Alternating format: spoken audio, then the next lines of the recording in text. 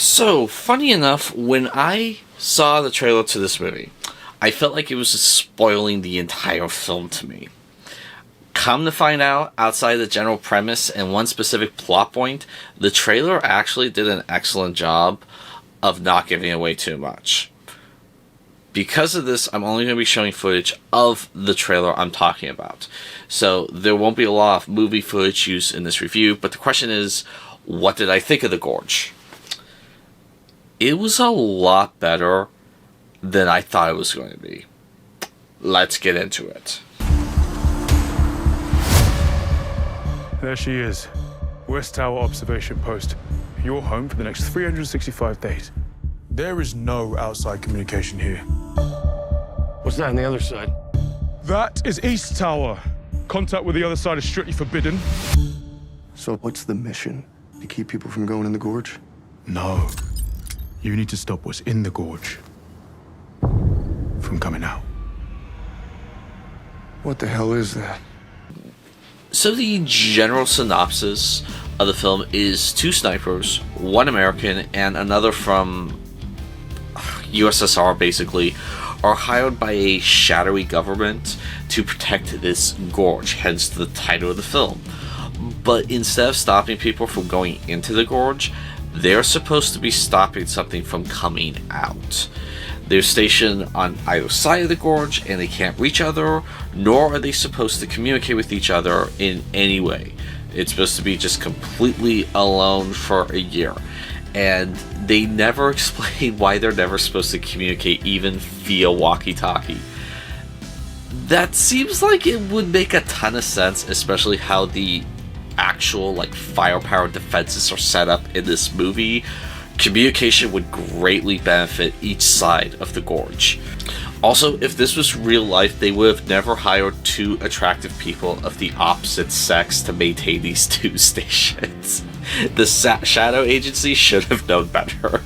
Just like to point that out.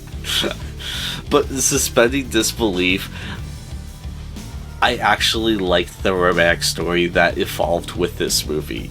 We've seen spies, soldiers, even opposing gangsters fall in love. But I don't think there's been a story that focuses on military snipers, and it kind of feels enough to be fresh and original, even though there might be some French movie out there with an obscure cast that is about two opposing snipers falling in love. I haven't seen every movie in the world. I'm just saying, generally speaking, you don't see this that often. And Miles Teller and Anya Taylor-Joy do a good job coming off like they are actually falling for each other, especially more than Marvin and Rose from Love Hurts. Seriously, absolutely zero chemistry between those two characters in that movie. In this movie, I kind of felt some chemistry between Miles Teller and Anya Taylor-Joy.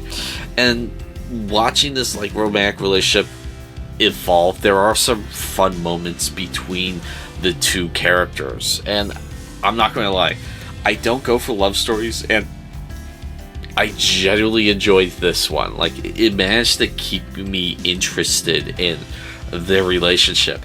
And before you say, well, it's an action movie or it's a horror movie, there's actually long stretches of this film that have no action. It's literally just their relationship growing.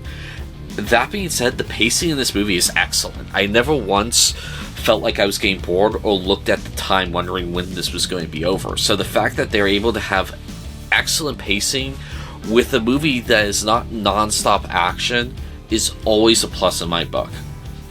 Now, this is going to sound like I'm splitting hairs, and I kind of am, but for a movie that focuses so heavily on weapons, firearms, sniper rifles, it really takes you out of the experience when they screw up something as simple as how a holographic red dot sight works. If you don't know, a holographic sight is this little box that sits on top of a gun. It usually has an illuminated LED that can or does replace the iron sights, and it makes it a little bit easier to hit a target with one. They're battery operated, and you basically hold it up to your eye and you have a little red dots or reticle or a circle with a cross to it or whatnot. The design varies. And the issue is they don't really magnify. So when you have one of these two characters aiming across a gorge that's at least an eighth of a mile away, well over 100 yards, and the camera shows you the holographic sight zoomed in, like the target is right in front of the shooter, it's really distracting. Look, there may be some holographic red dot sight that just came out on the market that may do this, but generally speaking, when this movie was made, they couldn't do that. And it's just, it's really distracting. Seriously, they could have thrown on some ACOG sights and this wouldn't have been an issue. Okay, ACOG sight kind of does the same thing, but it gives you like a magnification zoom. And again, I know it seems like I'm splitting hairs, but the armorer of this movie should have been able to tell them this. Now, you do eventually see what's in the gorge. And without spoiling anything, I will say that the art design and creature designs are some of the best and most creative I have seen in a while. I was already enjoying this movie, and then when they show you what's in the gorge, my enjoyment doubled. I absolutely love the designs and the setting, and the movie just had me hooked with the artistic design and the creature designs. I mean, it is just really exceptional. Now, to kind of give you a hint of what they're like without spoiling, the best I could do to give you an idea is it felt like they used Magic the Gathering cards as reference for the art and creature designs. Take from that what you will.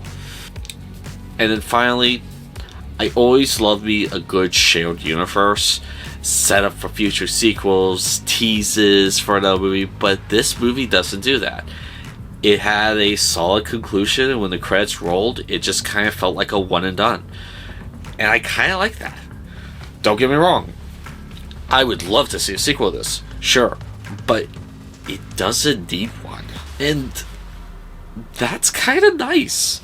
It's kind of nice seeing more movies go back to the single complete story structure that movies used to have. I mean, so again, I do like when shared universes are started and, these giant worlds are established, but, my favorite movie of last year was a one and done, movie, and so I'm kind of getting more into that recently. So in the end, I absolutely loved this movie. I felt it was outstanding. It had a couple of problems, but definitely this is one of the better movies I've seen in a while. And if it ever comes out on 4K, I'll definitely get it. Seriously, go check out The Gorge. It is a fun, entertaining time. So anyway, that's been my review of The Gorge.